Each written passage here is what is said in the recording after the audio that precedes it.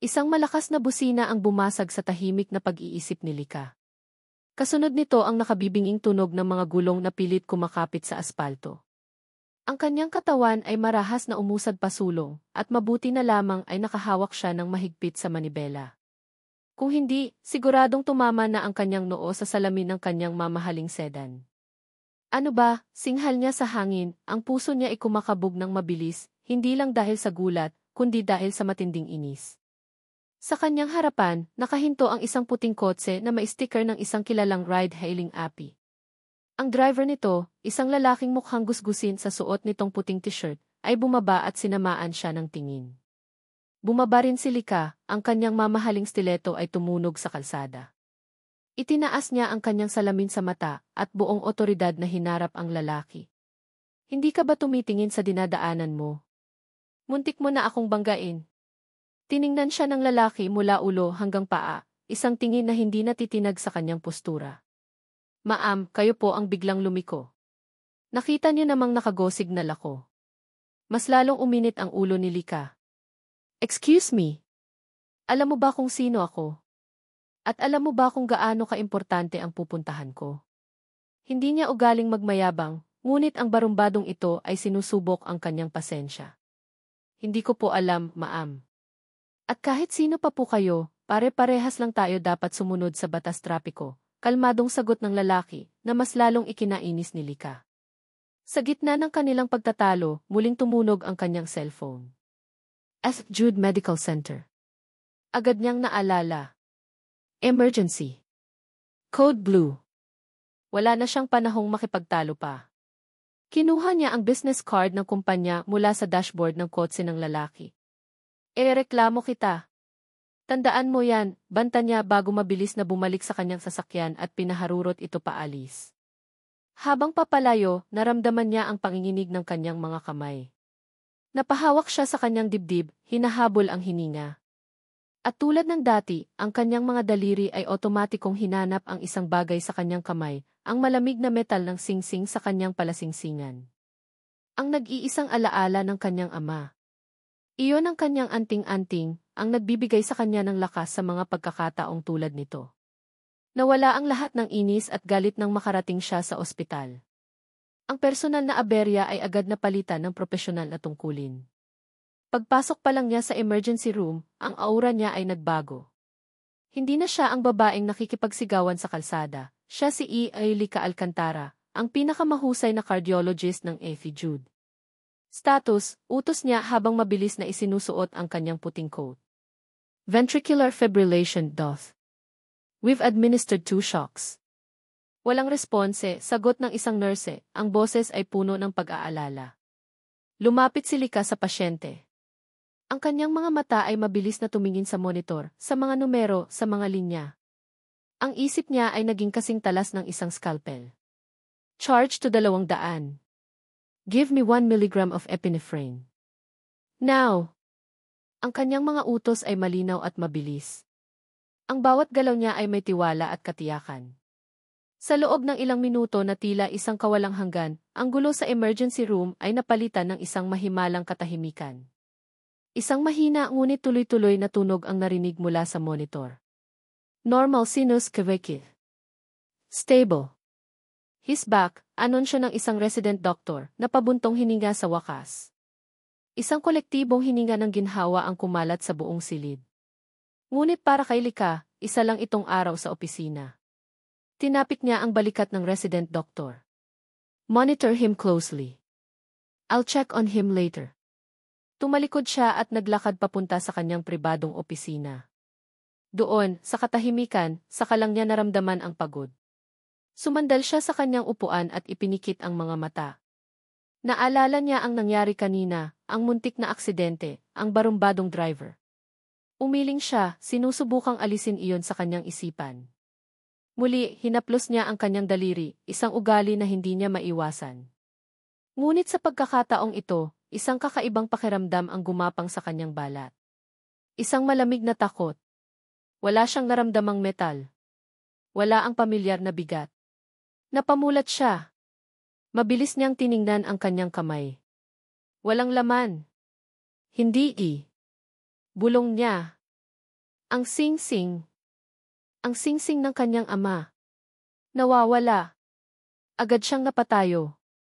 Ang kanyang puso, na kanina lang ay kalmado matapos iligtas ang isang buhay, ay ngayon mas malakas pa ang kabog kaysa sa pasyente niya. Hinanap niya ito sa kanyang bulsa, sa kanyang bag, sa ibabaw ng kanyang mesa. Binalikan niya ang ruta na dinaanan niya mula sa emergency room. Ngunit wala. Ang gintong singsing na may maliit na diamante sa gitna, ang huling regalo ng kanyang ama bago ito pumanaw, ay naglaho na parang bula. Napasabunot siya sa kanyang buhok, ang pagkataranta ay unti-unting nagiging purong galit. Paano? Saan? Kailan? At bigla, isang imahe ang malinaw na lumitaw sa kanyang isipan. Ang mukha ng lalaki sa kalsada. Ang pagbaba niya ng sasakyan. Ang paglapit niya rito. Ang pagkuha niya ng business card. Iyon lang ang tanging pagkakataon na nagambala siya, na nawala ang kanyang focus. Nanginig ang kanyang mga kamay habang kinukuha mula sa bag ang kapirasong papel na kinuha niya kanina. Tinitigan niya ang pangalan ng kumpanya at ang logo nito. Ang kanyang isip ay agad bumuo ng isang konklusyon. Isang konklusyon na pinaniniwalaan niya ng buong puso. Ang driver. Ang barumbadong driver. Siya ang kumuha nito.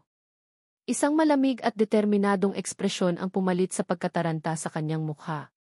Hindi mo alam kung ano ang kinuha mo sa akin, bulong niya sa kawalan, ang kanyang mga mata ay nag-aapoy sa galit. At babawin ko iyon sa'yo. Kinabukasan, ang galit ni Lika ay hindi pa rin humuhupa. Sa halip na dumaan sa kanyang karaniwang ruta papuntang ospital, sinadya niyang ibahin ang kanyang direksyon. Ang patutunguhan niya, ang pangunahing opisina ng Itulin Hatid, ang ride-hailing company kung saan nagtatrabaho ang lalaking sa tingin niya ay nagnakaw ng kanyang singsing. Pumarada siya sa tapat ng isang simpleng gusali, malayong-malayo sa karangyaan ng A.T. Jude Medical Center. Pumasok siya na parang isang bagyo, ang tunog ng kanyang mga takong ay umalingaw-ngao sa maliit na opisina. Lahat ng mga empleyado ay napatingin sa kanya, nagtataka sa biglaang pagdating ng isang babaeng halatang hindi kabilang sa lugar na iyon. I need to speak with your manager. Now, sabi niya sa receptionist, ang kanyang boses ay malamig at walang bahid ng pasensya. Dinala siya sa isang maliit na kwarto kung saan isang lalaking nasa katanghalang gulang na ang naghihintay. Good morning, ma'am.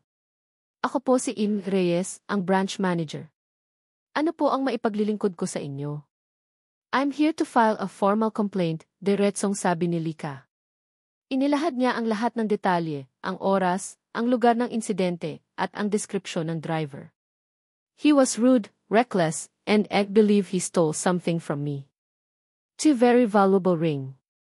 Matyagang nakinig si I. Reyes, ang mukha ay nagpapakita ng pag-aalala. Naku, pasensya na po sa nangyari, ma'am. Hindi po ganyan ang training namin sa aming mga driver. Mahahanap po ba natin ang pangalan niya sa inyong API history? Umiling si Lika. I wasn't passenger. He almost crashed into Jin's car. Ah, ganoon po ba? Sige po, hahanapin po namin sa aming sistema kung sino ang driver na naka-assign sa lugar na iyon sa ganoong oras. Pagkatapos ng ilang minuto ng pagtipa sa computer, umiling si I. Reyes. Ma'am, pasensya na po talaga. Ang pangalan po ng driver ay Ramon De Leon. Pero naka-leave po siya ngayon. May mahalaga raw pong aasikasuhin sa pamilya. Lalong kumulo ang dugo ni Lika. Naka-leave. How convenient. Siguro, ginagastos na niya ngayon ang perang pinagbentahan ng singsing ko. Gagawin po namin ang lahat para makontak siya, ma'am. Pangako po yan, sabi ni Emid Reyes. Umalis si Lika sa opisina na dala-dala ang isang matinding pagkadismaya. Ang buong araw niya sa ospital ay nasira. Kahit sa gitna ng pag-check up sa mga pasyente, ang isip niya ay lumilipad pabalik sa nawawalang singsing at sa mukha ng driver na iyon. Gabi na nang matapos ang kanyang trabaho. Pagod at walang gana, sumakay siya sa kanyang kotse para umuwi. Ngunit tila ba sinusubok talaga siya ng tadhana. Sa kalagitnaan ng isang madilim at hindi pamilyar na kalsada, biglang umubo ang makina ng kanyang sasakyan. Nag-sputter ito ng ilang beses bago tuluyang namatay. No, no, no. Not now, bulalas ni Lika. Sinubukan niyang i-start muli ang kotse, ngunit wala. Patay na ito. Tumingin siya sa labas. Malakas ang buhos ng ulan at ang kalsada ay halos walang dumadaan. Walang mga post ng ilaw. Kinuha niya ang kanyang cellphone, ngunit laking gulat niya nang makitang 1% na lang ang baterya nito. Bago pa man siya makatawag ng tulong, namatay na ito. Isang tunay na takot ang gumapang sa kanyang dibdib. Siya, si Yusei Lika Alcantara, na laging may kontrol sa lahat ng bagay, ay ngayon stranded, mag-isa, at walang paraan para makahingi ng tulong. Napasandal siya sa upuan, ang pakiramdam ng kawalan ng pag-asa ay unti-unting lumalamon sa kanya. Ilang minuto ang lumipas. Ang bawat anino na nililikha ng kidlat ay nagdudulot sa kanya ng kaba. May ilang sasakyan na dumaan, ngunit walang sinuman ang huminto. At nang malapit na siyang mawala ng pag-asa, isang puting kotse ang dahan-dahang huminto sa kanyang likuran. Ang mga headlight nito ay umilaw sa loob ng kanyang sasakyan. Bumukas ang pinto ng driver at isang lalaki na may dalang malaking payong ang bumaba. Kinabahan si Lika. Hinawakan niya ng mahigpit ang kanyang bag, handa sa anumang mangyayari. Dahan-dahang lumapit ang lalaki at kumatok sa kanyang bintana. Sa kabila ng takot, ibinaba niya ito ng bahagya. Sino ka? Okay lang po ba kayo, ma'am? Nakita ko kasing nakahazard kayo, sabi ng isang pamilyar na boses. Dahil sa dilim at sa buhos ng ulan, hindi niya agad namukhaan ang lalaki. Nasiraan ako. At patay ang cellphone ko. Ganoon po ba? Huwag po kayong mag-alala, tutulungan ko po kayo. Pwede ko po bang tingnan ang makina? Sa puntong iyon, wala nang pagpipilian si Lika. Tumango siya. Binuksan niya ang hood ng kanyang kotse mula sa loob. Lumabas ang lalaki sa ulan, binuksan ang hood, at sinimulang siya sa atin ang makina gamit ang flashlight ng kanyang cellphone. Mula sa loob ng kotse, pinagmamasdan siya ni Lika. Ang lalaki ay basang-basa na ng ulan, ngunit tila hindi niya ito alintana. Mayroon siyang determinasyon sa kanyang mga galaw, isang klase ng kasipagan na ngayon lang napansin ni Lika. Pagkalipas ng ilang minuto, bumalik ang lalaki sa kanyang bintana. Mukhang sa battery po ang problema, ma'am. May dala po akong jumper cables. Pwede nating subukan. Muli, tumango lang si Lika. Pinanood niya habang ikinakabit ng lalaki ang mga kable mula sa kotse nito papunta sa kanya. Pagkatapos ay sumenyas ito. Sige po, ma'am, subukan niyo pong i-start. Huminga ng malalim si Lika at sinusi ang makina. Sa unang pagsubok, umubo lang ito. Ulit po, sigaw ng lalaki. Sinubukan niya ulit. At sa pagkakataong iyon, umandar ang makina. Isang matamis na tunog ng tagumpay. Isang ngiti ang hindi niya napigilang gumuhit sa kanyang mga labi. Ibinalik niya ang kanyang tingin sa lalaking nakatayo sa gitna ng ulan. Lumapit itong muli at nang tamaan ng ilaw mula sa kanyang dashboard ang mukha nito, nanigas si Lika. Ang lalaking tumulong sa kanya ay ang driver na inireklamo niya kanina. Si Ramon de Leon. Nagkatinginan sila.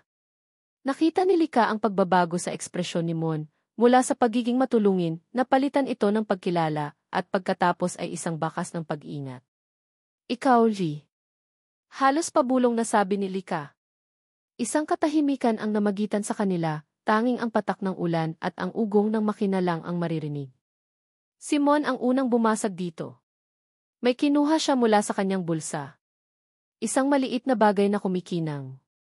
Naiwan niyo po pala sa sahig ng kotse ko kahapon, ma'am, sabi niya, iniabot ang kanyang kamay. Pasensya na, ngayon ko lang naibalik.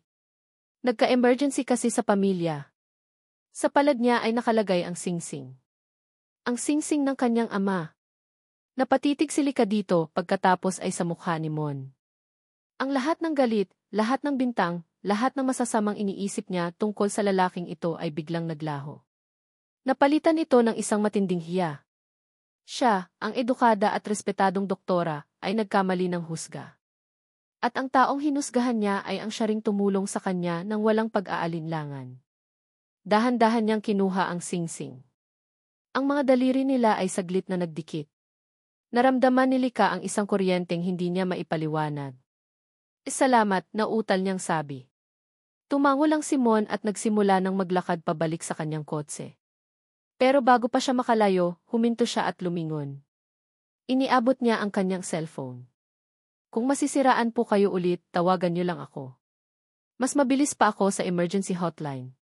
Isang maliit na ngiti ang sumilay sa labi ni Mon. At sa unang pagkakataon, isang tunay at hindi pilit na ngiti ang isinukli ni Lika. Ang inis na naramdaman niya kahapon ay napalitan ng isang emosyon na bago sa kanya, isang mainit at nakakabiglang paghanga. Kinabukasan, habang suot na muli ang singsing sa kanyang daliri, hindi maalis sa isip ni Lika ang nangyari kagabi. Ang imahe ni Mon na nakatayo sa gitna ng ulan, ang kabaitan sa kanyang mga mata, at ang ngiti nito na tila ba kayang pawiin ang anumang bagyo. Isang matinding utang na loob ang bumalot sa kanya, kasabay ng kahihiyan sa kanyang paunang paghusga. Kailangan niyang bumawi. Kinontak niya si Amy Reyes ng tulin-hatid at personal na binawi ang kanyang reklamo. Nagkamali ako, pag-amin niya. He's a good man. In fact, gusto ko sanang kunin ang serbisyo niya bilang personal driver ko, kung papayag siya. Nagulat si Mon nang matanggap ang alok. Sa una, gusto niyang tumanggi. Ayaw na niyang masangkot pa sa mundo ng babaeng halos ipatanggal siya sa trabaho. Ngunit may parte sa kanya na gustong malaman kung bakit. At higit sa lahat, kailangan niya ng dagdag na kita para sa gamutan ng kanyang ina. Kaya pumayag siya. At doon nagsimula ang kanilang mga araw. Ang biyahe papunta at pauwi mula sa ospital ay hindi na tahimik. Unti-unti, nagkaroon sila ng sarili nilang routine. Sa umaga, si Mon ang laging may dalang mainit na kape para kay Lika. Sa hapon, si Lika naman ang may dalang merienda para kay Mon. Ang dating formal na maampi at driver ay napalitan na ng Lika at ni Mon. Sa kanilang mga biyahe, nakikita ni Lika ang ibang bahagi ng Maynila, ang mga eskinita, ang mga palengke, ang mga lugar na hindi niya kailanman napuntahan. At sa bawat lugar na iyon, may kwento si Mon. Ikinuwento niya ang tungkol sa kanyang ina na may sakit, sa kanyang bunsong kapatid na nag-aaral, at sa kanyang mga pangarap na dati simple lang ngunit ngayon ay tila ba muling nabubuhay. Engineering scholar ka pala dati, sabi ni Lika isang hapon, habang nakatingin sa labas ng bintana. Napatingin si Mon sa rearview mirror, nakita niya ang refleksyon ni Lika. Dati pa yon. Kailangang huminto. Mas mahalaga ang pamilya. Walang bahid ng pagsisisi sa boses niya, tanging katotohanan lang. Doon lalong humanga si Lika. Sa mundong ginagalawan niya, ang karera at titulo ang basehan ng lahat. Pero para kay Mon, ang pamilya ang kanyang mundo. Naramdaman ni Lika ang isang kirot sa kanyang puso. Naalala niya ang sarili niyang pamilya, isang yumaong ama na miss niya, at isang stepmother na ang tanging alam gawin ay kontrolin siya. Isang gabi, pagkatapos ng isang napaka-stressful na araw sa ospital, nakita ni Mon ang pagod sa mukha ni Lika. "Wag muna tayong umuwi," sabi niya. "Saan tayo pupunta?" nagtatakang tanong ni Lika. "Basta. May ipapakita ako sa'yo." Dinala siya ni Mon sa isang lugar na hindi pamilyar kay Lika.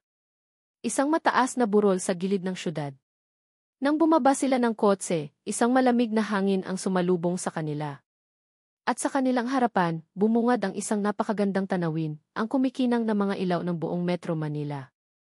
"Wow," tanging nasabi ni Lika. "Ito ang hidden gem ko," sabi ni Mon nakangiti. "Kapag pagod na ako sa gulo ng syudad, dito ako pumupunta. Dito, parang ang liliit ng lahat ng problema." Umupo sila sa isang bench na gawa sa kawayan. Sa unang pagkakataon, si Lika ang nagbukas ng kanyang saloobin. Ikinuwento niya ang tungkol sa kanyang ama, kung paano nito laging sinasabi na ang puso ng isang tao ang pinakamahalagang yaman. "Minsan, pakiramdam ko, nakakalimutan ko na iyon," malungkot niyang sabi. "Hindi naman siguro," sagot ni Mon. "Nandyan lang yan. Minsan, kailangan mo lang ng taong magpapaalala sa'yo." Nagkatinginan sila. Sa ilalim ng mapusyaw na ilaw ng buwan, nakita ni Lika ang lalim sa mga mata ni Mon. Isang lalim na puno ng pag-unawa at sinseridad. Dahan-dahan, lumapit ang mukha ni Mon sa kanya. Naramdaman ni Lika ang mainit nitong hininga. Ang puso niya ay nagsimulang tumibok ng sobrang bilis, isang ritmo na hindi pamilyar sa isang cardiologist na tulad niya. Ilang pulgada na lang ang pagitan ng kanilang mga labi. Ngunit bago pa man sila maglapat, biglang umiwas si Lika. "Pasensya na," sabi niya, "napayuko. Hindi tama to." Naramdaman niya ang takot. Takot sa kung ano ang iisipin ng ibang tao. Takot sa kung ano ang sasabihin ng kanyang stepmother. Siya si Yuki Alcantara. Siya ay isang driver. Ang kanilang mundo ay magkaiba. Tumango si Mon, pilit na umiti kahit bakas ang pagkadismaya. Okay lang. Naiintindihan ko. Tara na, ihatid na kita. Naging tahimik ang biyahe nila pauwi. Isang awkward na katahimikan na puno ng mga salitang hindi masabi. Pagdating nila sa mansyon ng mga Alcantara, mabilis na bumaba si Lika. Salamat, Mon. Magkita na lang tayo bukas. Hindi na niya hinintay ang sagot nito at mabilis na pumasok sa loob ng malaking pinto. Pagpasok niya, sinalubong siya ng isang malamig na presensya.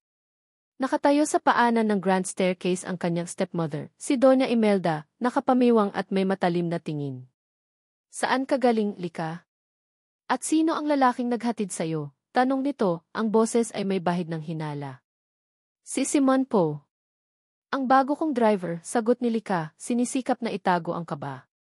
Tiningnan siya ni Imelda mula ulo hanggang paa. Driver. Lika, napag-usapan na natin to, kailangan mong isipin ang reputasyon ng pamilyang ito. Huminga ito ng malalim bago magpatuloy, ang boses ay biglang naging malambing na may halong utos. Anyway, kalimutan mo muna yan. May mahalaga akong sasabihin. Lika, anak. I want you to meet someone tomorrow. Si Adrian Illustre. It's time for you to settle down. Naramdaman ni Lika ang panlalamig ng kanyang buong katawan. Ang bawat salita ni Imelda ay parang isang kadena na muling iginagapos sa kanya. Ang kaligayahan at kalayaan na saglit niyang naramdaman sa piling ni Mon ay biglang naglaho, napalitan ng pamilyar na bigat ng tungkulin at obligasyon. Kinagabihan, ang mansyon ng mga Alcantara ay nabalot ng isang formal at halos nakakabinging katahimikan. Ang mahabang lamesa sa dining hall ay puno ng mga mamahaling pagkain at kumikinang na kubyertos.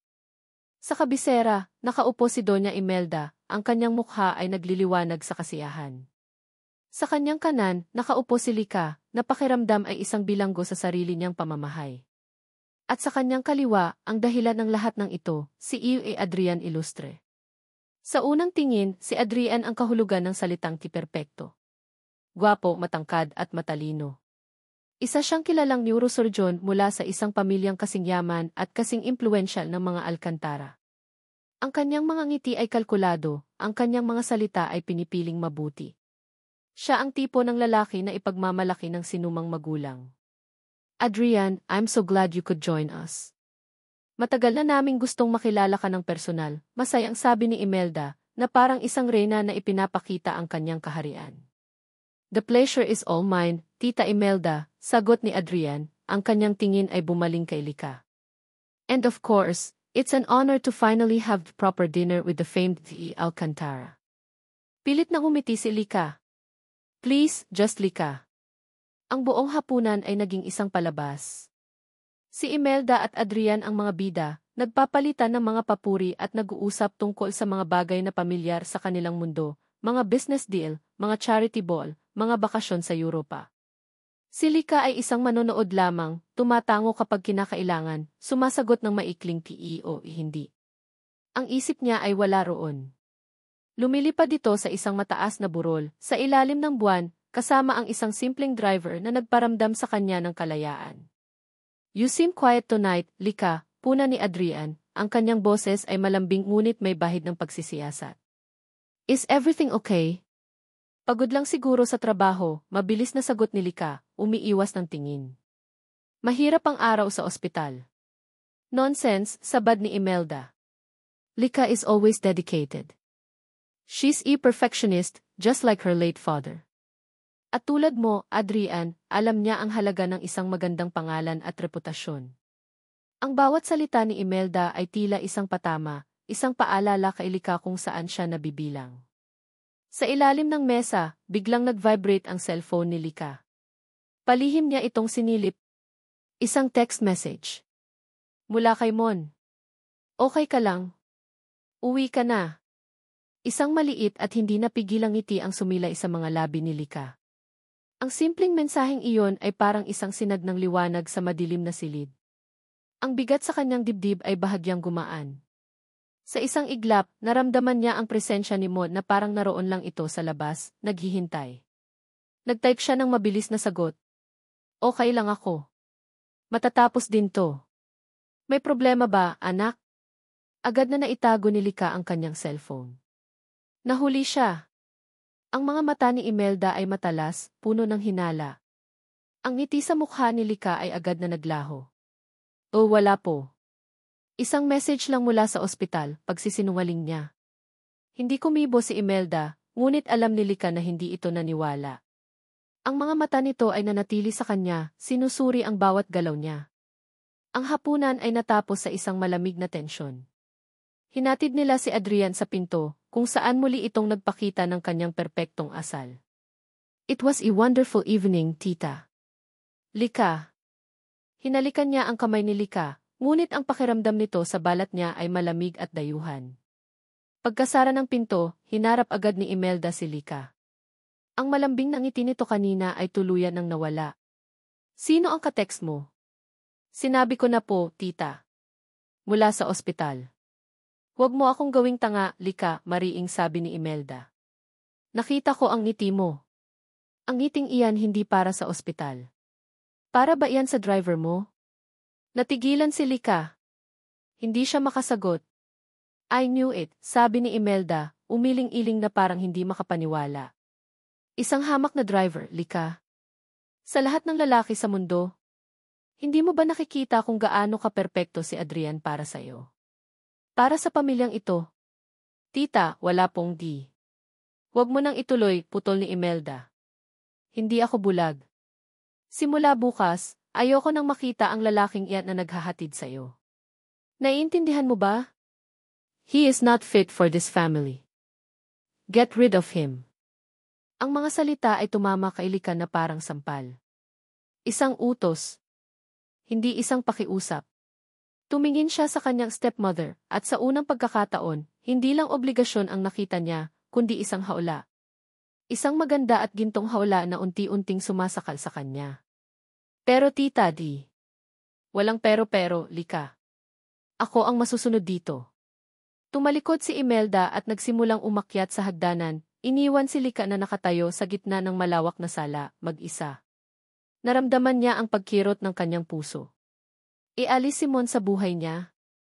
Ang lalaking nagbalik ng singsing ng kanyang ama. Ang lalaking nagparamdam sa kanya na posible palang huminga at mumiti ng totoo. Parang may pumipigas sa kanyang dibdib. Sa isang iglap, ang ki-perpektong kikinabukasan na inilalatag ni Imelda ay parang isang sentensya. Mon, panimula niya, ang kanyang boses ay nanginginig ng bahagya, sapat lang para marinig niya. Isang pamilyar na kirot ang kumurot sa dibdib ni Mon. Ito na iyon. Ang sandaling kinatatakutan niya mula pa noong una. Ang katotohanan kailanman ay hindi sila magiging bagay. Hinanda niya ang sarili, pinatatag ang ekspresyon ng kanyang mukha para hindi nito makita ang pagkadismaya na nagsisimula ng mabuo sa loob niya. Gusto ng stepmother ko na tanggalin ka, halos pabulong na sabi ni Lika, hindi makatingin ng diretsyo sa kanya. Ang mga salitang iyon, kahit inaasahan na, ay parang suntok pa rin sa sikmura. Tumango siya, isang mabagal at pilit na galaw. Okay lang, Lika. Naiintindihan ko. Salamat sa G. Pero hindi ko gagawin yon. Natigilan si Mon sa gitna ng kanyang sasabihin.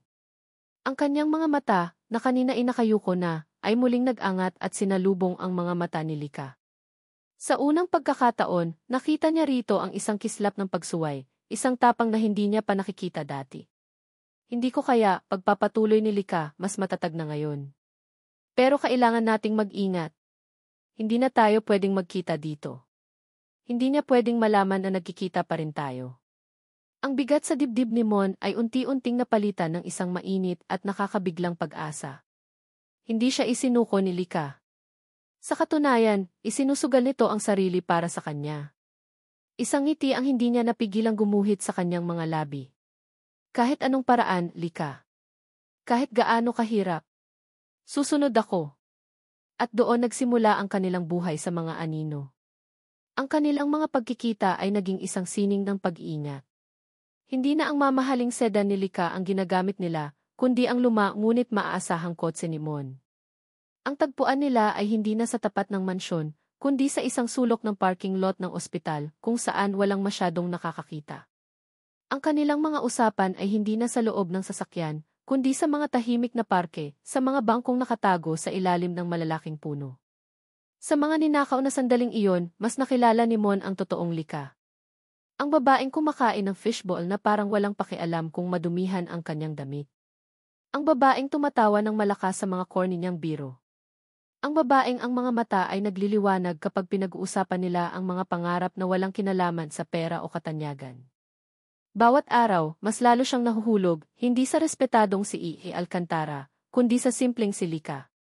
Isang hapon, habang naglalakad sila, hindi na napigilan ni Mon ang sarili. Huminto siya, na naging dahilan para mapahinto rin si Lika. Bakit? Tanong nito. Huminga ng malalim si Mon. Lika, gusto kita. Matagal na. Hindi nagsalita si Lika. Tinitigan lang siya nito at sa mga mata niya, nakita ni Mon ang isang pagtatapat na hindi na kailangan ng mga salita. Isang maliit na ngiti ang sumilay sa mga labi nito at para kay Mon, sapat na iyon.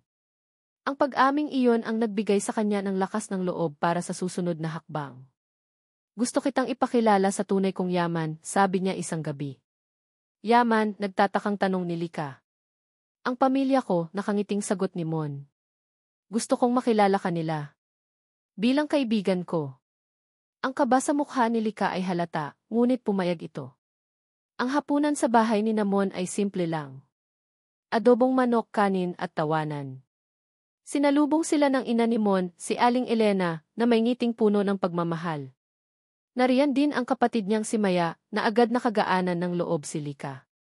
Pinanood ni Mon si Lika habang nakikipagkwentuhan ito sa kanyang pamilya. Nakita niya kung paano ito tumulong maghugas ng pinggan, kung paano ito nakinig sa mga kwento ng kanyang ina tungkol sa kabataan niya. Walang bakas na pagiging Ihi Alcantara. Ang naroon ay si Lika lang, isang babaeng uhaw sa init ng isang tunay na pamilya. At sa bawat tawa ni Lika, mas lalong tumitibay ang nararamdaman ni Mon. Ito ang gusto ko para sa kanya. Para sa amin. Bago sila umalis, niyakap ni Aling Elena si Lika. Salamat sa pagbisita, iha, sabi nito. Ingatan mo ang anak ko, ha? At ingatan niyo ang isa't isa. Ang mga salitang iyon ay parang isang basbas. Sa halip na ihatid si Lika sa parking lot, dinala siya ni Mon sa kanilang lugar, ang parke kung saan unang namuo ang kanilang mga lihim.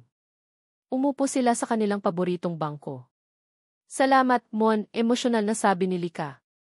Hindi mo alam kung gaano kasaya ang puso ko ngayon. Ako rin, Lika. Ako rin, sagot ni Mon. Hinawakan niya ang kamay nito. Sa ilalim ng nag-iisang poste ng ilaw, sa katahimikan ng gabi, ang lahat ng takot at pag-aalinlangan ay naglaho. Dahan-dahan niyang inilapit ang kanyang mukha. At doon, ang kanilang mga labi ay nagtagpo. Isang halik na nagsasabi ng lahat. Puno ng pag-asa, ng pagnanasa, at ng isang pag-ibig na handang sumuway sa lahat ng patakaran. Sa sandaling iyon, para kay Mon, perpekto ang mundo. Ngunit hindi nila alam, sa kabilang bahagi ng parke, isang anino ang tahimik na nagmamasid. Isang lalaking nakasuot ng itim na jacket ang dahan-dahang itinaas ang kanyang cellphone. Ang lente nito ay nakatutok sa kanila, kinukuha ang bawat detalye ng kanilang paglalapat ng labi. Isang mahinang click. Ibinaba ng lalaki ang cellphone, tiningnan ang litrato, malinaw at hindi maikakaila. Sa isang tap, pinindot niya ang send. Sa ilalim ng litrato, isang salita ang lumabas, send. Ang ebidensya ay naipadala na. Ang bomba ay malapit ng sumabog. Isang linggo pagkatapos ng gabing iyon sa parke, naging mas matapang sina Lika at Mon, ngunit mas maingat. Ang kanilang relasyon ay isang sikretong nagbibigay buhay kay Lika. Ang bawat araw ay may dalang pananabik para sa mga ninanakaw nilang sandali. Ngunit alam niyang hindi ito maaaring magtagal. Ang katahimikan ay kadalasang isang palatandaan ng paparating na bagyo. Ang bagyo ay dumating sa anyo ng isang imbitasyon.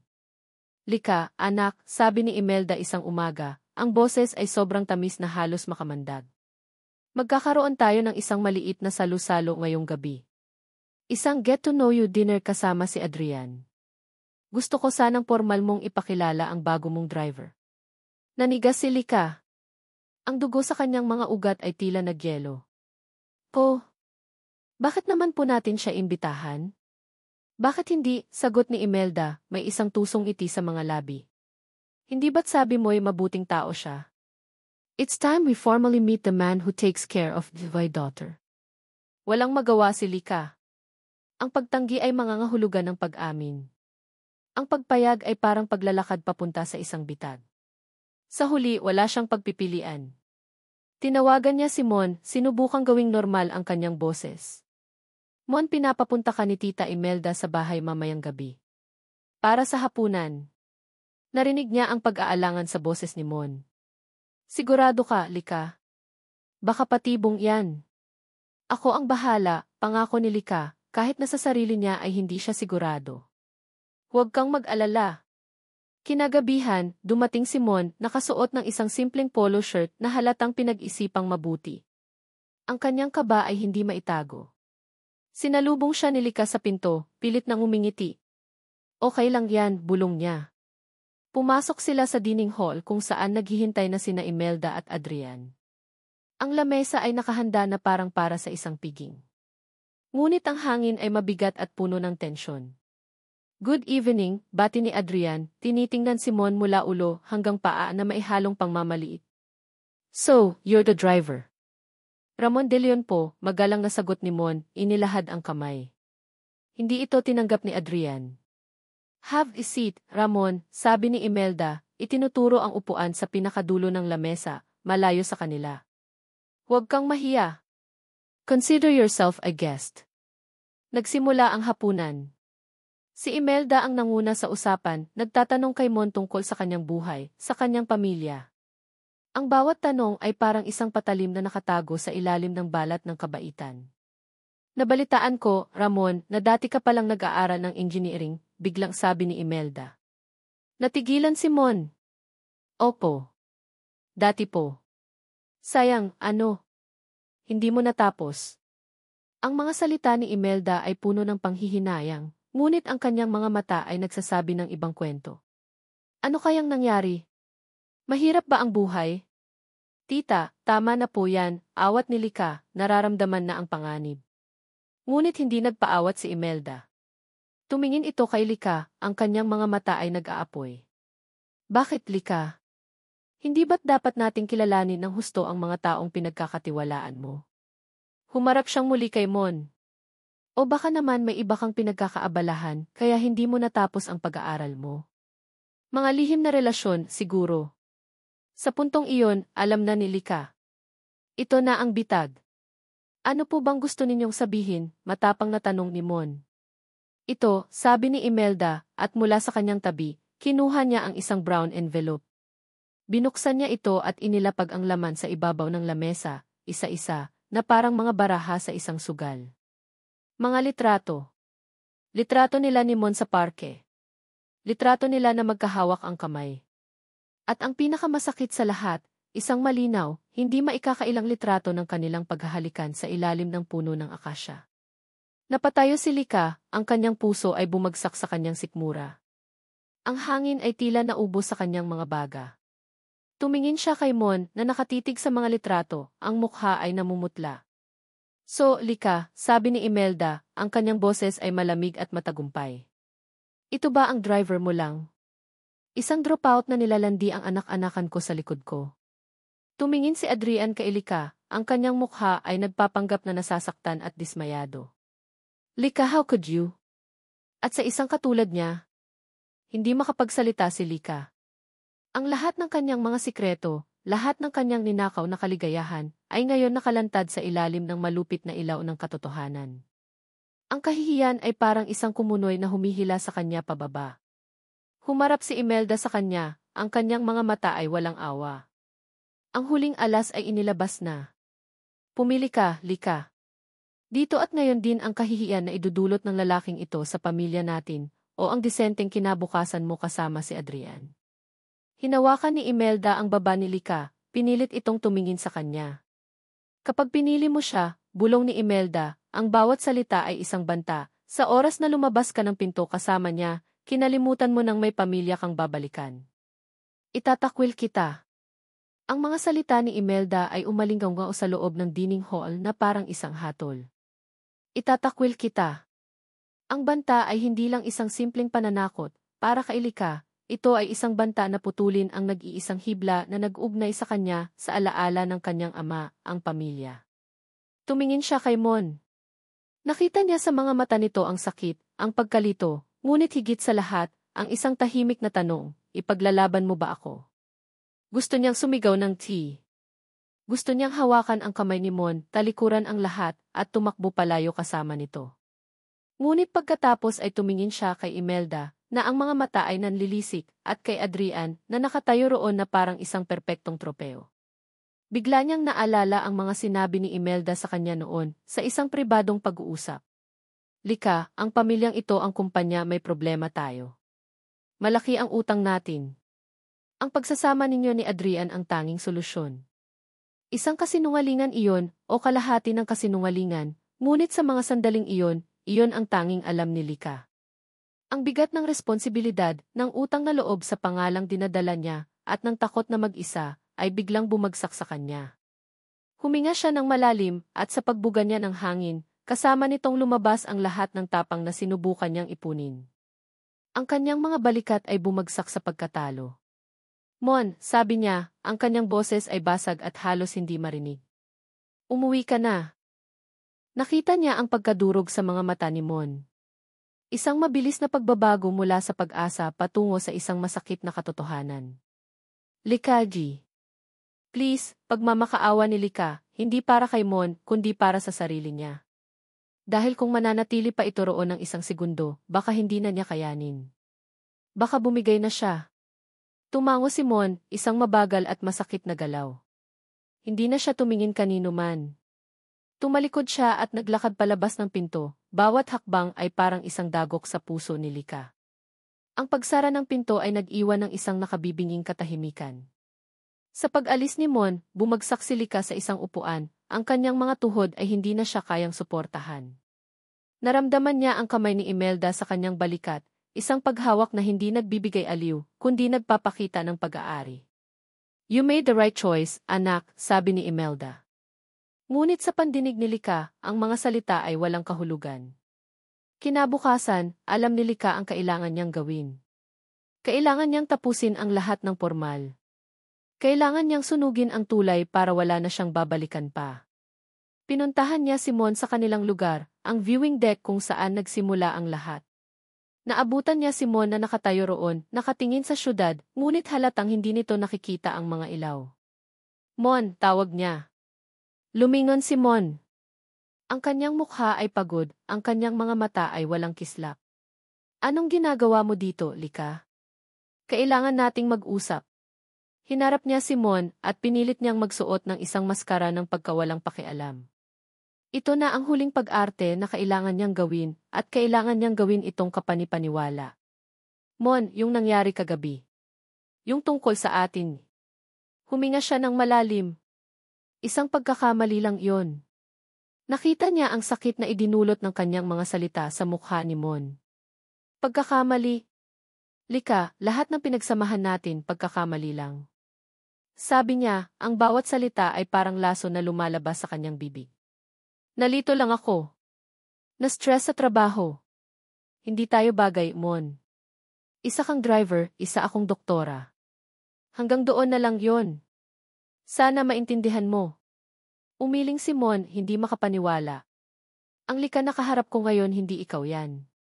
Nasaan yung Lika na nakilala ko? Yung tumatawa sa mga biro ko?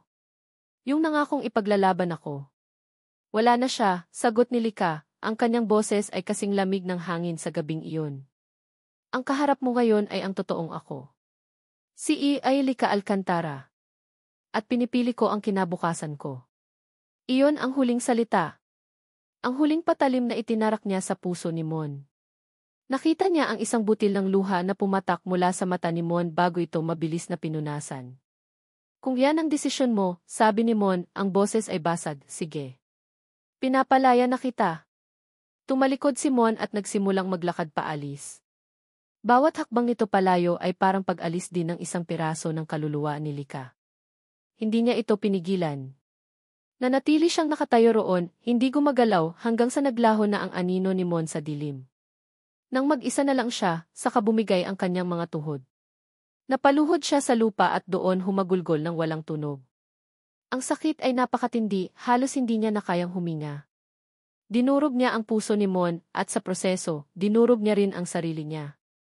Pag-uwi niya sa mansyon, sinalubong siya ni na Imelda at Adrian. Sa kamay ni Adrian ay isang maliit na kahon. Binuksan niya ito. Sa loob ay isang malaki at kumikinang na diamanteng singsing. Mas malaki, mas mahal, at mas maningning kaysa sa singsing ng kanyang ama. Ngunit para kay Lika, ito ay malamig, walang buhay at mabigat. Lika Alcantara, will you marry me? Tanong ni Adrian, nakaluhod. Tumingin si Lika kay Imelda, na tumatango sa kanya na may ngiti ng tagumpay. Tumingin siya sa singsing. At sa huli, tumingin siya sa kawalan, kung saan nakikita niya ang naglalahong mukha ni Mon. Yes, sagot niya, ang kanyang mga mata ay walang buhay. Isinuot ni Adrian ang singsing sa kanyang daliri. Perpekto ang sukat. Ngunit sa pakiramdam ni Lika, ito ay isang posas. Ang mga salitang binitiwan ni Lika sa viewing deck ay paulit-ulit na tumatakbo sa isip ni Mon na parang isang sirang plaka. Hindi tayo bagay, Mon. Isa kang driver, isa akong doktora. Hanggang doon na lang yon. Ang bawat salita ay isang dago. Ang bawat salita ay isang kumpirmasyon ng lahat ng kanyang mga takot, ng lahat ng kanyang mga insecurities. Sa huli, tama pala ang lahat. Tama ang mundo. May mga guhit na hindi dapat tawirin. May mga pangarap na para lang sa iba. Sa loob ng ilang araw, nagkulong si Mon sa kanyang kwarto. Hindi siya kumakain. Hindi siya lumalabas. Ang tanging kasama niya ay ang dilim at ang sakit na unti-unting lumalamon sa kanyang pagkatao. Ang dati masayahin at palaban na si Mon ay napalitan ng isang anino na puno ng pighati. Nakikita siya ng kanyang ina, si Aling Elena, at nadudurog ang puso nito. Kinakatok siya nito sa pinto, nag-iiwan ng pagkain sa labas, ngunit hindi sumasagot si Mon. Alam ni Aling Elena na ang sakit na nararamdaman ng kanyang anak ay hindi kayang gamutin ng kahit anong gamot. Isang gabi, lumabas si Mon sa kanyang kwarto. Ang kanyang mga mata ay malalim, ang kanyang balbas ay hindi inahit. Mukha siyang mas matanda ng 10 taon. Umupo siya sa harap ng kanyang ina sa kanilang maliit na sala. Panimula niya, ang boses ay paos. Aalis na po ako. Anak, saan ka pupunta? Nag-aalalang tanong ni Aling Elena. Babalik po muna ako sa probinsya. Sa atin. Tutulong ako kay tiyo sa bukid. Dito sa Maynila wala na po akong babalikan. Naiintindihan ni Aling Elena. Ang Maynila ang syudad na nagbigay ng pag-asa sa kanyang anak, ngunit ito rin ang syudad na dumurog dito. Niyakap niya si Mon ng mahigpit. Mag-iingat ka roon, anak. Huwag mong kalimutan, nandito lang kami palagi. Kinabukasan, nag-impake si Mon. Kaunti lang ang dinala niya, ilang damit, ang kaunting naipon niya, at isang puso na basag-basag. Ang bawat bagay na inilalagay niya sa kanyang lumang backpack ay parang isang paalam. Paalam sa kanyang mga pangarap. Paalam sa buhay na sinubukan niyang buuin. Bago umalis, hinalikan niya sa noo ang kanyang natutulog na kapatid. Mag-aral kang mabuti, Maya, bulong niya. Nasa terminal na siya ng bus nang bigla niyang maalala ang isang bagay. Kinuha niya ang kanyang cellphone, ang luma at gasgas na niyang telepono. Hinanap niya ang pangalan ni Lika sa kanyang contacts. Lika. Ilang segundo siyang nakatitig dito. Ang mga daliri niya ay nanginginig. Gusto niyang tumawag. Gusto niyang magmakaawa. Ngunit para saan pa? Siya na mismo ang nagsabi. Tapos na. Pinindot niya ang options at pagkatapos, ang salitang nagpapatunay ng lahat, delete. Are you sure you want to delete this contact? Huminga siya ng malalim. Yes. Ang pangalan ni Lika ay naglaho mula sa kanyang screen. Isa pang tulay ang sinunog niya sa pag-aakalang makakatulong ito para makalimot. Sumakay siya sa bus at umupo sa tabi ng bintana. Habang dahan-dahang umaandar ang bus palayo sa terminal, tiningnan niya ang syudad ng Maynila sa huling pagkakataon. Ang matataas na gusali, ang mga kumikinang na ilaw, ang mga ito ang minsang sumimbolo sa kanyang mga pangarap. Ngayon, ang mga ito ay mga paalala na lang ng kanyang kabiguan. Isang syudad na hindi para sa kanya. Ipinikit niya ang kanyang mga mata, at sa dilim, ang mukha ni Lika ang nakita niya, ang Lika na tumatawa, ang Lika na umiiyak, ang Lika na humahalik sa kanya. Isang luha ang pumatak mula sa kanyang mga mata. Pinunasan niya ito agad. Simula sa araw na ito, kailangan niyang maging matatag. Para sa kanyang pamilya. Para sa sarili niya. Samantala, sa kabilang dako ng syudad, sa isang marangyang ballroom na puno ng mga mayayamang tao, nagaganap ang engagement party ni Lika at Adrian. Nakatayo si Lika sa gitna ng lahat, suot ang isang mamahaling damit, ang diamanteng singsing ay kumikinang sa kanyang daliri. Mumingiti siya, tumatango, nakikipag-usap. Isa siyang perpektong larawan ng isang masayang nobya. Ngunit ang kanyang mga mata ay walang buhay. Ang kanyang ngiti ay hindi umaabot sa kanyang mga mata. Ang bawat pagbati, bawat papuri, ay parang inailang sa kanyang tainga. Inabot ni Adrian ang kanyang kamay at dinala siya sa gitna ng entablado. Kinuha nito ang mikropono. "Thank you all for coming tonight," masayang anunsyo ni Adrian. "I am the happiest man alive. At para ipagdiwang ang aming pagmamahalan, nais kong ianunsyo na ang aming kasal ay gaganapin na sa susunod na buwan." Isang malakas na palakpakan ang umalinggaw sa buong ballroom. Ngunit sa pandinig ni Lika, ang anunsyo ay parang isang martilyo ng hukom na humahatol sa kanya ng habang buhay na pagkakakulong. Habang ang lahat ay nagsasaya, naramdaman niya ang unti-unting pagkaubos ng hangin sa kanyang paligid. Ang kinabukasan niya ay nakalatag na. Isang kinabukasan na wala si Mon. Isang kinabukasan na hindi niya pinili. Ang mga linggo bago ang kasal ay lumipas na parang isang mahabang lagnat. Si Lika ay gumagalao sa isang malabong mundo ng mga food tasting, flower arrangement, at gown fitting. Naging isa siyang perpektong manika, maganda, tahimik, at walang buhay, sumusunod sa bawat hila ng tali na hawak ng kanyang stepmother. Inilubog niya ang sarili sa ospital, umaasang ang pagod ay magiging sapat na pampamanhid laban sa mga alaala ni Mon. Ngunit ang puso, tulad ng isang sugat, ay kumikirot kapag hindi binabantayan. Ang unang lamat sa perpektong facade ay nagsimula sa isang piraso ng papel. Isang gabi, habang nag-aayos ng mga lumang gamit sa opisina ng kanyang ama, may nalaglag na resibo mula sa isang lumang business ledger.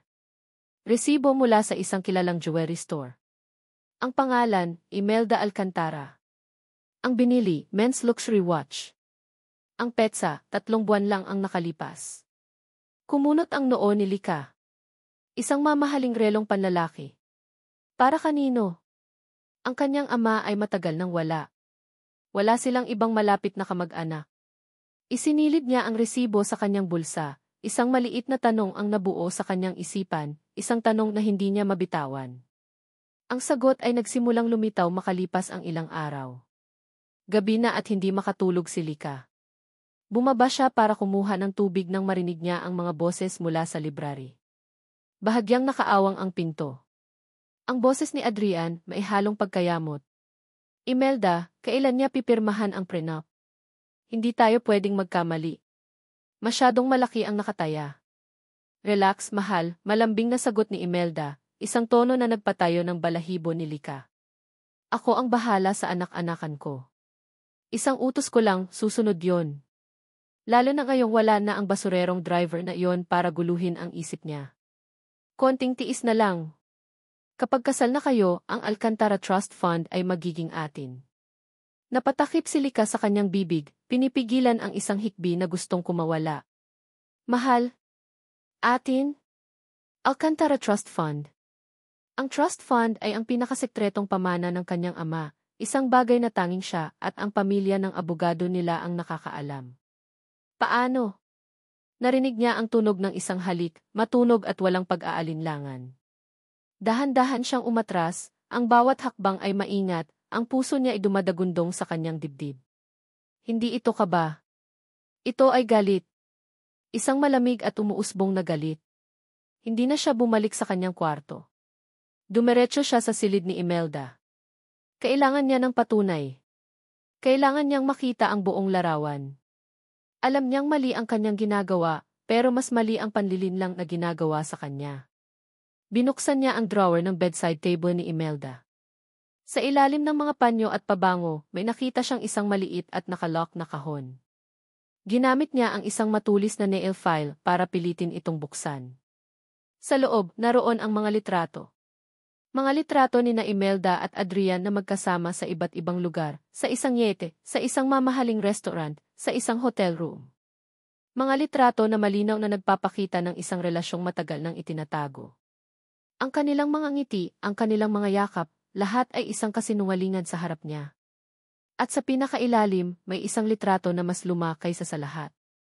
Ang papel nito ay medyo kupas na. Ang litrato ay kuha sa isang beach resort. Nakatayo roon ang isang mas batang si Imelda, nakasuot ng bikini. Sa tabi niya ay isang binatilyo, marahil mga 15 o 16 anyos. Ang braso ng binatilyo ay nakaakbay sa baywang ni Imelda sa paraang posesibo at pamilyar. Ang binatilyo ay mayabang na nakangiti sa kamera, at ang mukha nito walang duda.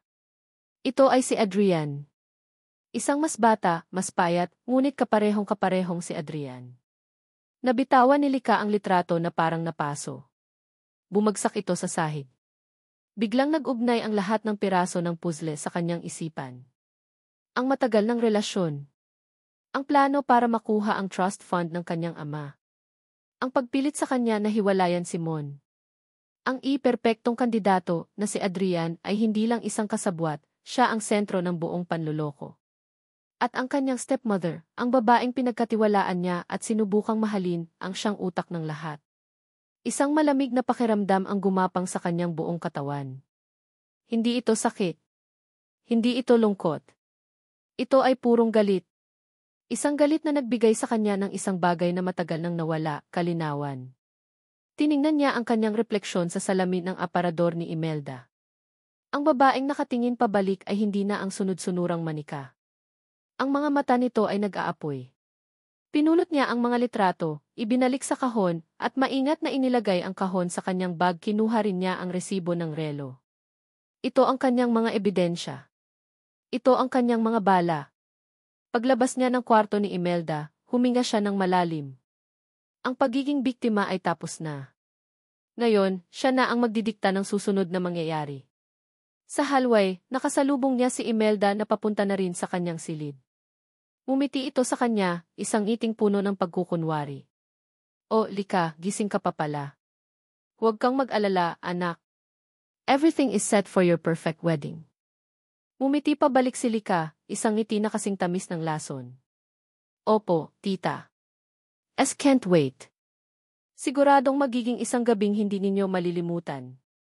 Ang galit na naramdaman ni Lika ng gabing iyon ay hindi naglaho kinabukasan. Sa halip, ito ay naging isang malamig at matalas na instrumento. Ang bawat takot at pag-aalinlangan na dati bumabalot sa kanya ay napalitan ng isang matibay na determinasyon. Hindi na siya ang tupa na naghihintay katayin, siya na ngayon ang lobo. Ang una niyang ginawa ay tumawag sa abogado ng kanilang pamilya, si Atty. De Guzman, isang matandang lalaki na pinagkakatiwalaan ng kanyang ama. Nagpanggap siyang may mga tanong lang tungkol sa prenup. "Atty. De Guzman, magandang umaga po. Tungkol po sa prenup, may ilang bagay lang po akong gustong liwanagin." Simula ni Lika, pinapanatiling kalmado ang kanyang boses. "Sige, iha. Ano iyon?" Nabanggit po kasi ni Tita Imelda na standard procedure lang daw po ito para maprotektahan ang Alcantara Trust Fund. Gusto ko lang po sanang malaman kung paano iyon gumagana. Ito ang kanyang pain. Narinig ni Lika ang pag-aalangan sa kabilang linya. "Ang trust fund? Paano nalaman ni Imelda ang tungkol doon? Ang ama mo ay napakalinaw sa kanyang bilid na ang detalye niyon ay para lamang sa iyo at sa akin hanggang sa ikaw ay maikasal." "Bingo! Baka po nabanggit ko lang sa kanya nang hindi sinasadya," pagsisinungaling ni Lika.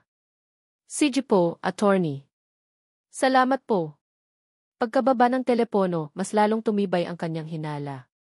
Si Imelda at Adrian ay hindi lang nagpaplano, sila ay nagnanakaw ng impormasyon na hindi para sa kanila.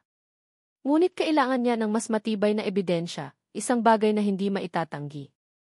Ang mga litrato ay malakas, ngunit kailangan niya ng isang bagay na sisira sa kanilang kredibilidad ng tuluyan. Naalala niya ang narinig niyang usapan tungkol sa transfer. Bank transfer. Kinahapunan, tumawag siya sa isang numero na matagal na niyang hindi tinatawagan, isang kaklase niya sa kolehiyo na ngayon ay isang pribadong investigador. Marco. Si Lika to, kailangan ko ng tulong mo. It's urgent and confidential. Nagkita sila sa isang tahimik na coffee shop, malayo sa mga lugar na madalas nilang puntahan. Inilatag ni Lika ang lahat, ang kanyang mga hinala, ang mga litrato, ang narinig niyang pag-uusap. Kailangan kong malaman ang lahat, Marco, sabi ni Lika, ang kanyang mga mata ay seryoso. Financial records, travel history, hotel bookings. Lahat ng mag-ugnay kay Imelda Alcantara at Adrian Ilustre. I will pay any price. Humanga si Marco sa determinasyon ng dati niyang kaklase. Consider it done, Lika. Bigyan mo ako ng 3 araw. Ang 3 araw na iyon ay ang pinakamahabang 3 araw sa buhay ni Lika. Nagpatuloy siya sa pagkukunwari. Ngumingiti siya kay Adrian, sumusunod kay Imelda, habang sa loob-loob niya ay nag-aapoy ang isang plano. Para siyang isang espiya sa sarili niyang buhay. Sa 3 araw, tumawag si Marco. Mayroon na ako.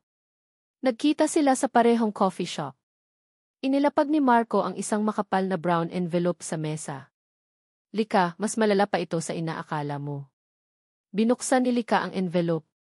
Ang kanyang mga kamay ay hindi nanginginig. Malamig at kalmado siya. Sa loob ay ang mga bank statement. Malinaw na nakikita ang mga regular na bank transfer mula sa personal account ni Imelda papunta sa isang account na nakapangalan kay Adrian Ilustre na nagsimula maraming taon na ang nakalipas. Mayroon ding mga credit card bill na nagpapakita ng mga bayad para sa mga mamahaling regalo, mga flight papuntang Hong Kong at Singapore na magkasabay ang petsa, at mga hotel booking para sa 2 tao. Ang huling dokumento ang nagpatigil sa kanyang paghinga. Ito ay isang kopya ng isang deed of sale. Isang condominium unit sa isang mamahaling distrito. Ang may-ari, Adrian Ilustre. Ang nagbayad, Imelda Alcantara. Hindi lang sila magnanakaw, Lika, mahinang sabi ni Marco. They've been building a life behind your back, using your family's money. Isinara ni Lika ang envelope. Naramdaman niya ang pag-init ng kanyang mga mata, ngunit pinigilan niya ang pag-iyak. Hindi ngayon. Salamat, Marco.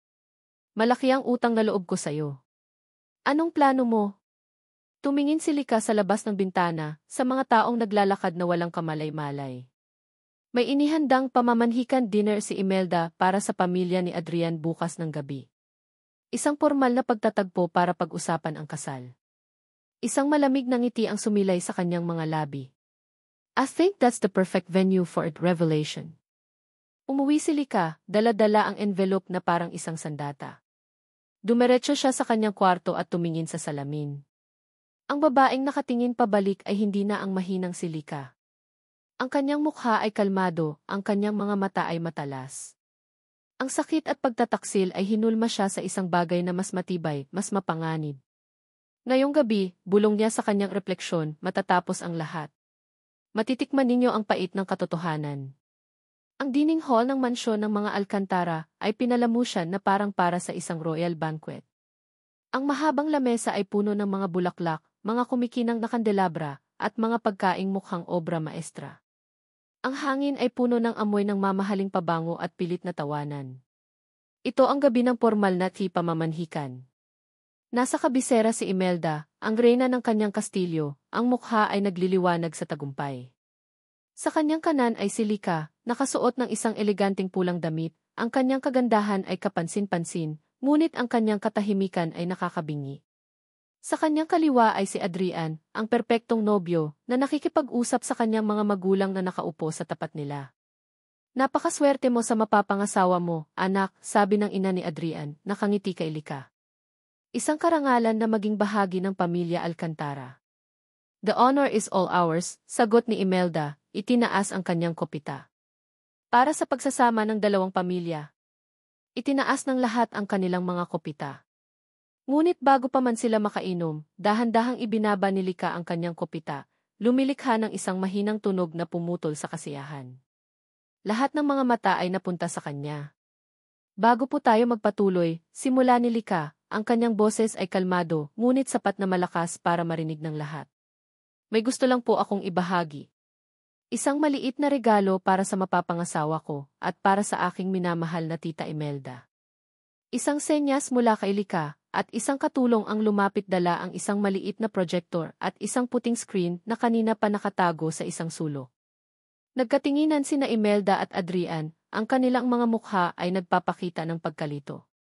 Lika, ano to? This is not the time for games, saway ni Imelda. Hindi po ito laro, tita, sagot ni Lika, tinitingnan ito ng diretso sa mata. This is the truth. Ang unang lumabas sa screen ay ang luma at kupas na litrato. Ang litrato ni na Imelda at ng batang-batang si Adrian sa beach, ang braso nito ay nakaakbay sa kanyang baywang. Narinig ang mga bulungan mula sa pamilya ni Adrian. Parang ikaw yan, Adrian, noong bata ka pa, sabi ng ama nito, tumatawa. At sino ang kasama mo? Isang kaibigan. Hindi sumagot si Adrian. Ang kanyang mukha ay nagsimulang mamutla. Opo, isang napaka-espesyal na kaibigan, sarkastikong sabi ni Lika. Ang sumunod na lumabas sa screen ay ang iba pang mga litrato mula sa kahon, ang mga litrato nila sa yete, sa mga hotel, ang kanilang mga halik. Bawat litrato ay isang sampal. Ang bulungan ay naging isang nakakabinging katahimikan. Lika! Stop this nonsense. How dare you, sigaw ni Imelda, napatayo. Hindi pa po ako tapos, tita, kalmadong sabi ni Lika. Sunod niyang ipinakita ang mga bank statement. Ang mga bank transfer. Ang mga credit card bill ang deed of sale ng condominium. Isang condominium na binayaran ng aking stepmother para sa kanyang manugang, tanong ni Lika sa hangin. O para sa kanyang matagal ng kalaguyo. Sa puntong iyon, ang ina ni Adrian ay napatayo, ang mukha ay puno ng hindi makapaniwalang galit. Adrian! Ano nang ibig sabihin nito? It's not true. Gawa-gawa niya lang lahat yan, desperadong tanggi ni Adrian, tumingin kay Lika na parang gusto niya itong patayin. Mumiti si Lika, isang malamig at walang awang ngiti. Talaga ba? Kung ganoon, Adrian, paano mo nalaman ang tungkol sa Alcantara Trust Fund? Isang sekretong tanging ako at ang abogado ng pamilya ang nakakaalam. Iyon ang huling bala. Natigilan si Adrian. Wala na siyang masabi. Ang kanyang pagkakasala ay nakasulat sa kanyang mukha. Ang ina ni Adrian ay hindi na nakatiis. Isang malutong na sampal ang dumapo sa mukha ni Adrian. Hayop ka! Pinahiya mo ang buong pamilya natin. Nagsimula ang gulo. Sigawan. Murahan. Ang perpektong hapunan ay naging isang sirko ng kahihiyan. Sa gitna ng lahat ng kaguluhan, dahan-dahang tumayo si Lika. Ang kanyang presensya ay nagpatigil sa lahat. Hinubad niya ang diamanting engagement ring mula sa kanyang daliri. Ang singsing na sumimbolo sa kanyang pagkakakulong. Naglakad siya papunta kay Adrian, na hawak pa rin ang kanyang namumulang pisngi. Inabot niya ang kamay nito at inilagay ang singsing sa palad nito. Tapos na tayo, sabi niya, ang kanyang boses ay malinaw at matatag. Pagkatapos ay bumaling siya kay Imelda, na nakaupo na ngayon talunan at hindi makapaniwala. At kayo, tita, tapos na rin po tayo. Tumalikod si Lika at naglakad palayo sa gulo, palayo sa kasinungalingan, palayo sa lahat. Ang tunog ng nababasag na pinggan at sigawan ay unti-unting humina habang papalayo siya. Paglabas niya ng pinto ng mansyon, sinalubong siya ng malamig na hangin ng gabi. Huminga siya ng malalim, pinuno ang kanyang mga baga ng hangin ng kalayaan. Sa unang pagkakataon sa mahabang panahon, malaya na siya. Ngunit habang nakatayo siya roon, sa ilalim ng mga bituin, isang tanong ang pumasok sa kanyang isipan, isang tanong na may kasamang kirot at pangungulila. Nasaan si Mon? Ang eskandalo sa mansyon ng mga Alcantara ay naging laman ng mga balita sa loob ng ilang linggo. Ang wedding of the year ay naging scandal of the year. Nag-file ng kasong estafa si Lika laban kina Imelda at Adrian. Ang pamilya ilustre, sa sobrang kahihiyan, ay mabilis na umalis ng bansa. Si Imelda, matapos mawala ang lahat, ay naglaho na parang bula. Para kay Lika, ang mga sumunod na araw ay isang proseso ng paglilinis. Ibinenta niya ang mansyon, ang lugar na puno ng masasakit na alaala. Itinigil niya ang lahat ng koneksyon sa marangyang mundo na minsan niyang ginawalan. Ang tanging itinira niya ay ang kanyang trabaho sa ospital at isang maliit na apartment na simple lang ang laman. Sa unang pagkakataon, naramdaman niya ang tunay na kapayapaan. Ngunit sa gitna ng kapayapaang iyon may isang kulang. Isang malaking puwang sa kanyang puso na may pangalang Timon. Alam niyang kailangan niya itong hanapin. Hindi para humingi ng pangalawang pagkakataon, kundi para humingi ng kapatawaran. Para sabihin ang katotohanang dapat ay sinabi niya noon pa. Ngunit paano? Tinanggal niya ang numero nito. Hindi na ito nagtatrabaho sa tulinhatid. Walang sinuman ang nakakaalam kung nasaan ito. Isang araw, habang nag-aayos ng mga lumang gamit, nakita niya ang isang picture frame. Isang litrato nila ng kanyang mga kasamahan sa ospital. Sa likod nito may isang address. Ang address ng bahay ni Namon na isinulat niya noon nang minsang ihatid siya nito sa isang taxi matapos masiraan. Isang kislap ng pag-asa ang nabuhay sa kanyang puso. Kinabukasan, nag-file siya ng leave sa ospital. Nagmaneho siya papunta sa address na iyon. Ang pamilyar na eskinita, ang simpleng bahay. Kumatok siya sa pinto, ang kanyang puso ay kumakabog. Ang nagbukas ay si Aling Elena. Sa una, nagulat ito. Ngunit pagkatapos ay nakita nito ang pagsisisi at sinseridad sa mga mata ni Lika. Wala na siya rito, iha, malungkot na sabi ni Aling Elena. Matagal na siyang umuwi sa probinsya namin. Sa Batangas. Pwede ko po bang malaman kung saan doon, pakiusap ni Lika. Ibinigay ni Aling Elena ang direksyon. Isang maliit na baryo sa bayan ng San Juan. Hindi nag-aksaya ng panahon si Lika. Kinabukasan, maaga pa lang, nagmaneho siya papuntang Batangas. Ang biyahe ay mahaba, ngunit bawat kilometro ay nagpapalakas sa kanyang determinasyon. Nakarating siya sa isang maliit at payapang baryo. Ang hangin ay sariwa, ang paligid ay puno ng mga puno at halaman.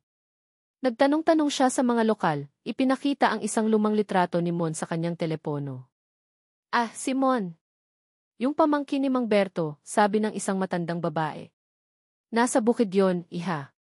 Dumiretso ka lang dyan at makikita mo ang taniman ng mga gulay. Sinunod ni Lika ang direksyon. Ipinark niya ang kanyang kotse sa gilid ng kalsada at nagsimulang maglakad sa isang maliit na daanan. At doon, sa gitna ng isang malawak na taniman, nakita niya siya. Simon! Ang kanyang balat ay mas maitim dahil sa araw. Ang kanyang mga braso ay mas matipuno dahil sa pagtatrabaho. Nakasuot siya ng isang simpleng sando at pantalon, nag-aararo ng lupa. Mayroon siyang kapayapaan sa kanyang mukha, isang kapayapaan na hindi nakita ni Lika sa Maynila. Dahan-dahan siyang lumapit. Naramdaman ni Mon ang kanyang presensya at lumingon ito. Ang kanilang mga mata ay muling nagtagpo. Ang oras ay tila huminto. Nakita ni Lika ang gulat sa mukha ni Mon, pagkatapos ay pag-iingat, at sa huli, isang bakas ng sakit na hindi pa tuluyang naghihilom. Lika, sabi ni Mon, ang pangalan niya ay parang isang dayuhang salita sa kanyang bibig. Anong ginagawa mo dito? Hinanap kita, sagot ni Lika, ang kanyang boses ay nanginginig. Mon, kailangan mong malaman ang totoo. At doon, sa gitna ng bukid, sa ilalim ng sikat ng araw, ikinuwento ni Lika ang lahat. Ang panloloko ni Imelda at Adrian, ang blackmail, ang kasinungalingan, ang kanyang takot. Umiiyak siya habang nagsasalita. Hindi para kaawaan, kundi dahil sa wakas, na ilalabas na niya ang lahat ng bigat na matagal niyang kinimkim. Hindi ko hinihiling na patawarin mo ako, Mon. Alam kong nasaktan kita ng sobra. Gusto ko lang na malaman mo na ang mga sinabi ko noon lahat yon, kasinungalingan. Ikaw ang totoo. Nakinig lang si Mon, hindi nagsasalita. Nang matapos si Lika, isang mahabang katahimikan ang namagitan sa kanila. Dahan-dahang lumapit si Mon sa kanya. Inangat nito ang kanyang kamay at pinunasan ang mga luha sa kanyang pisngi. Alam ko, mahinang sabi ni Mon. Nagulat si Lika. Alam mo? Hindi ko alam ang lahat ng detalye, pagpapatuloy ni Mon. Pero alam kong hindi ikaw yung babaeng nagsalita sa akin ng gabing yon. Ang Lika na minahal ko hindi niya kayang manakit ng ganoon. Tumingin si Mon sa malayo. Umalis ako para maghilom, Lika. Para hanapin ulit ang sarili ko. At para patunayan sa sarili ko na ang halaga ko ay wala sa sasakyan na minamaneho ko o sa perang laman ng bulsa ko. Muli siyang tumingin kay Lika at sa pagkakataong ito, isang pamilyar na ngiti ang sumilay sa kanyang mga labi. Ang mahalaga, bumalik ka. Ang mga salitang iyon ang pinakamatamis na narinig ni Lika sa buong buhay niya. Isang luhang puno ng saya ang pumatak mula sa kanyang mata. Niyakap siya ni Mon ng mahigpit. At sa yakap na iyon, lahat ng sakit, lahat ng takot, lahat ng pagitan na nilikha ng mundo sa kanila ay naglaho. Magkahawak kamay silang nakatayo, nakatanaw sa paglubog ng araw sa mga bundok ng Batangas. Hindi na sila si Lika Alcantara at ang driver na Simon De Leon. Sila na lang si Lika at Simon. Dalawang pusong sinubok ng panahon, dinurog ng kasinungalingan, ngunit sa huli, pinagbuklod muli ng isang pag-ibig na totoo at matatag. Ang kanilang kwento ay hindi nagtatapos dito. Ito ay dito palang tunay na nagsisimula. At dito nagtatapos ang makulay na kwento ng pag-ibigan ni Lika at Mon. Maraming salamat, mahal naming tagapakinig, sa inyong walang sawang pagsubaybay at pagsama sa amin sa bawat kabanata ng kanilang paglalakbay. Mula sa mainit na pagtatalo sa kalsada, sa mga ninakaw na sandali sa parke, hanggang sa masakit na paghihiwalay at sa matamis na muling pagkikita, naging karamay namin kayo. Habang isinusulat ko ang kwentong ito, naramdaman ko ang bawat tibok ng puso ni Lika, ang bawat pighati at pag-asa ni Mon. Nais kong ibahagi ang isang kwento na hindi lamang tungkol sa kilig, kundi tungkol din sa katatagan. Isang paalala na ang tunay na halaga ng isang tao ay hindi nasusukat sa yaman, titulo, o sa kung ano ang sinasabi ng iba, kundi sa busilak ng kanyang puso at sa tapang niyang magmahal at magpatawad. Naway napulutan ninyo ng inspirasyon ang pagbangon ni Lika mula sa pagkakamali at ang hindi natitinag na dignidad ni Mon sa gitna ng pagsubok. Sana'y mag-iwan ito ng isang aral sa ating mga puso, na ang tunay na pag-ibig ay may kakayahang maghilom, magpatawad, at laging makahanap ng daan pabalik, gaano man ito kahirap. Hanggang sa muli nating pagkikita sa susunod na kwento. Ano ang pinakapaborito ninyong bahagi sa istorya ni Lika at Mon? Ibahagi ninyo ang inyong mga saloobin sa comment section. Nananabik kaming marinig ang inyong mga puso. Muli, mula sa bumubuo ng programang ito, isang taos pusong pasasalamat.